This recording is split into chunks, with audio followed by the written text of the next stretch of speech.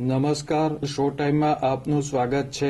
ભાવનગરની જે.કે. સરવૈયા કોલેજ અને નંદકોરબા મહિલા કોલેજના સંયુક્ત ઉપક્રમે ઉદ્ઘોષક અભિમુખતા કાર્યક્રમનું આયોજન કરવામાં આવ્યું હતું। એટલે પેલા ટીચર છે ને મા બાપને બોલાવીને એમ કે આને હવે બ્રશ કરતા આવડી ગયું છે અને રોજ સવારે જાતે બ્રશ કરાવજો જુઓ, અને જેવું બીજે દિવસે સવારે પેલા બાળકના હાથમાં એની માં બ્રશ આપે એટલે બાળક બ્રશ ન કરે।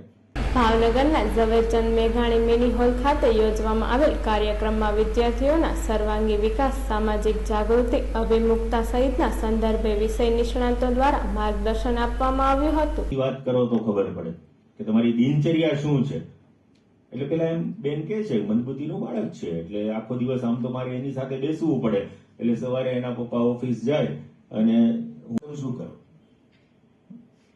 બાકી બધું તમે શીખવી દીધું પણ એની સામે એનું મગજ કન્ડિશન થઈ ગયું કે આ તો સ્કૂલમાં કરવાનું કામ છે, આ એમ મને હું કામ કરાવે। એક બાળક રોજ સાંજે 5:45-6 વાગે ટીચર પૂછે છે યાર તમે શું કરો, તો કે હું ગેસ બંધ કરીને તરત દોડી જાવ એની પાસે એને વળગી જાવ કે એને ક્યાંય કાચ બાચ વાગે નહીં, ક્યાંય હલે નહીં, આ તૂટેલો કાચ છે એને વાગી એને અવગણો છો અને તમે રસોડામાં કામ કરવા જતા રહ્યો છો। બાળક તમને 3-4 વાર બોલાવવાની કોશિશ કરે છે, તમે આવું શું કરો છો, આવતા નથી। એક વાર ભૂલમાં આપણને રડવું આવે તો આપણને શરમ ન આવવી જોઈએ, આવે રોજ કઈ સરખું ન હોય।